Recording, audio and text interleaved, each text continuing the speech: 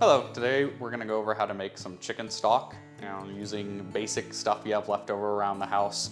We're gonna be using a carcass from a rotisserie chicken. You can find them, at your grocery store and all that stuff. I'll have some meat on there and some skin for some extra flavor.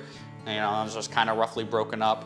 We're gonna throw in some celery, some carrots, some peppercorns, bay leaves, a little blend of thyme, rosemary, and sage. You can add some extra stuff such as onions or leeks, which would add more flavor, but today I'm making this for my mom and she can't have that, so we're gonna leave them out.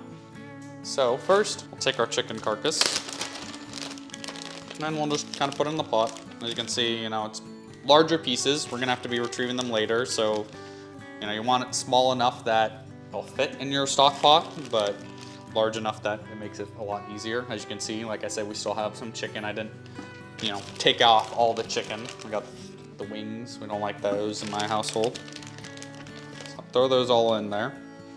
Next, we will add in the celery I have here. What I'm gonna do is I've already washed it, so we're just gonna kind of give it a nice thick chop to it. Nothing too small. Doesn't matter too much for taking out. The smaller you make it, the harder it's gonna be to get out later. Next one are carrots. You don't need to peel them. I washed them though. You definitely wanna wash them so you can get rid of some of that dirt on them. Cut off the ends as well. No need to, but they don't look as pretty. Add them onto the stock pot. So, last thing, I'm gonna take some cheesecloth and butcher's twine and I'm gonna put up all my spices in it. If you don't have it, that's fine.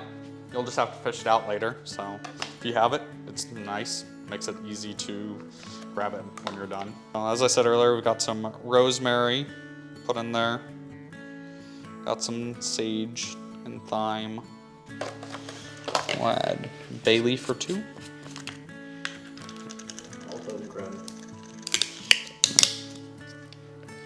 Definitely bay leaf. A couple peppercorns. More than a couple, I guess. Like I said, you can just add this directly in there. I have cheesecloth lying around, so allows me to kind of wrap it all up and make a nice bundle.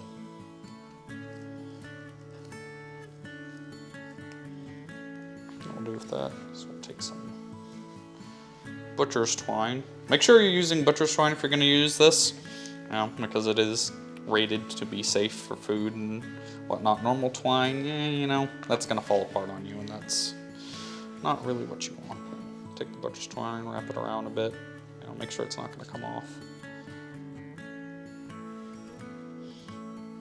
And then we'll just tie a little knot.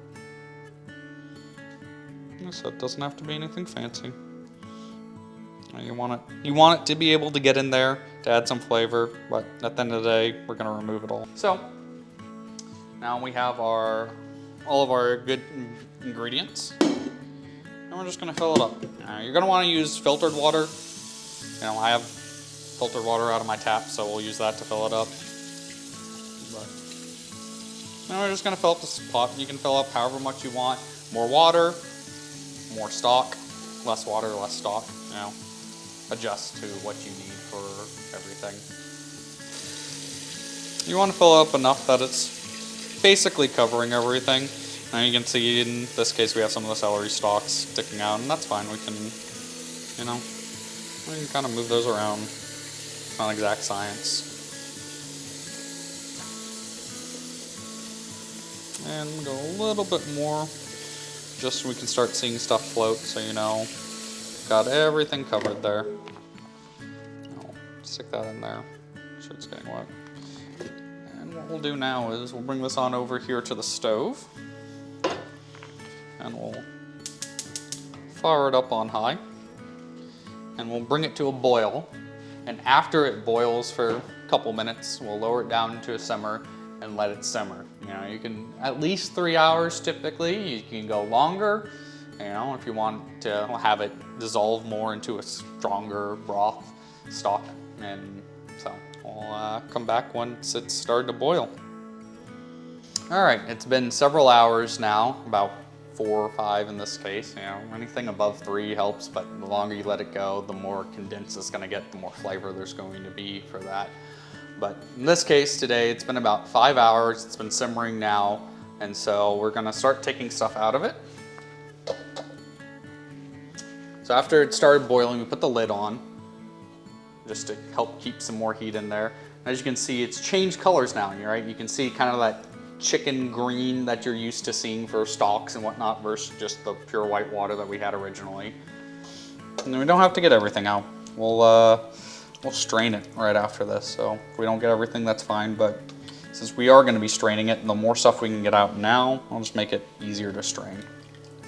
As you can see, you know, there's chicken still in there, kind of broke down in there, so you can see bits of chicken floating around after stirring it. So we're gonna get all that out because you really don't want that in your final product. But right now, it's fine, it's adding flavor. Set this aside here.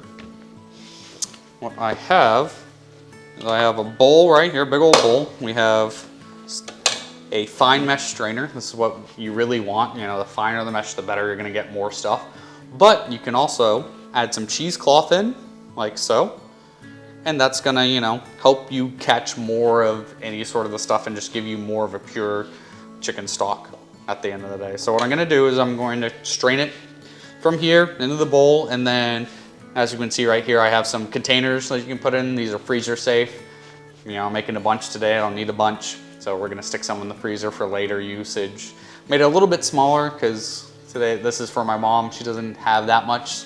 So having smaller containers, even if we have more of them, is a bit more helpful for her. So, make it a little bit more of a controlled process. We use a ladle. I'm just gonna scoop the ladle, kind of pour it right there.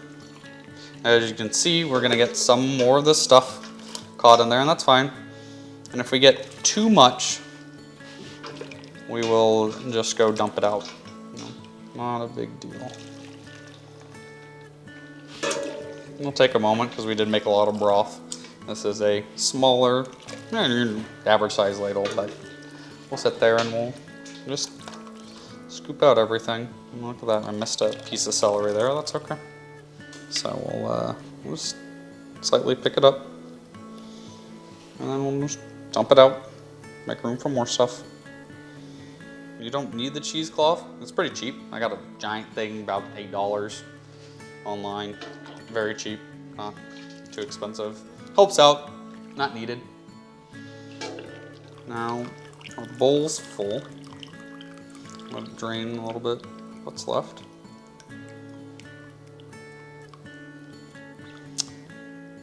Set that aside.